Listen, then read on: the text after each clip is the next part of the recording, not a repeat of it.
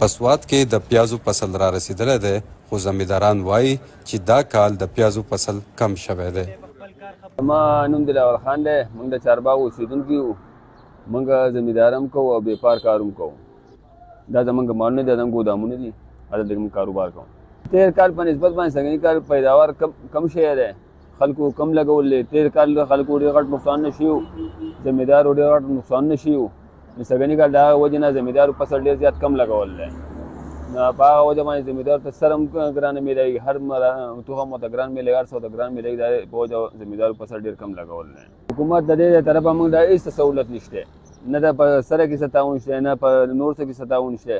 حکومت د الټه موږ په عذابوي. د نقصان دا خبره ده چې دوایانې حد درجې ګرانې دي، سرې ګرانې دي او په سپریګانو په سرو باندې په دې باندې ډېره غټه خرچه راځي. بل په پیازو کې د زیلې د مرض دي، د غوټۍ ورو زیړېږي په آخره کې وچې شي، د فصلونه د خلکو خراب شي. د دې د وجې نه خلکو تقریبا په 100% کې 20% خلکو پیاز کړي دي، 80% خلکو غنم او نور فصلونه کرلي دي. او کم چې پیاز د شوي دي سږلې د الله پاک لاک شکر دی زموږ په دې طرف باندې د کوړک، الاباد، چارباغ په دې طرفونو باندې الله پاک د ګلۍ د طرفه خیر کړی دی. نو مجموعي فصلونه ډېر شوي دي.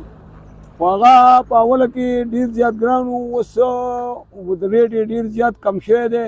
د هغې اصل وجه دا چې د بلوچستان د طرفه ډېر زیات رشت دی، که نه د سوات کې تقریبا پیاز ډېر زیات کم دی. خو د بلوچستان فصلونه هم زموږ مارکیټونو ته راځي، پینډۍ ته او ګوجرانوالۍ ته، لاهور ته، دې په مارکیټونو ته ټول د دغه دا به مخکې کراچۍ ته تلو، په کراچۍ کې به د دې ایکسپورټ کېدو. که د دې ایکسپورټ شروع شو، د دې به ریټونه هم ښه شي، د دې به زمیندار هم خوشحاله، په دې باندې به بیپاري هم خوشحاله، ټولو ته به د دې نه فایده رسي. و چونکې پیاز ډېر زیات شوي دي، ایکسپورټ ډېر کم شوی دی، دې وجې نه ډېر زیات ریټ راغورځولی دی. نن او پرون تقریبا په بازار کې تقریبا د 1500 نه والا 2000 روپۍ پورې پکې نشته. تر اوسه پورې خرڅېدو په 9 نه والا 10,000 روپو پورې. نن د 7,000 روپو نه ښه د ټاپ پیاز غټ وزن دا چې دی په بره نه دی خرڅ شوی. جالۍ به زمونږ خرڅېده په 6,000 روپۍ، په 6,500 روپۍ. نن هغه د 3500 نه والا د 4,000 روپو پورې خرڅ شوې ده.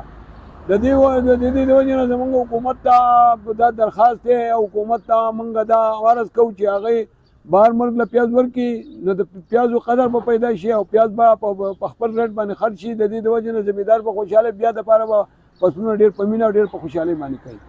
زمیندار وایي چې حکومت له پکار دي چې د دې سره په تخمونو او ادویاتو کې مرستې وکړي.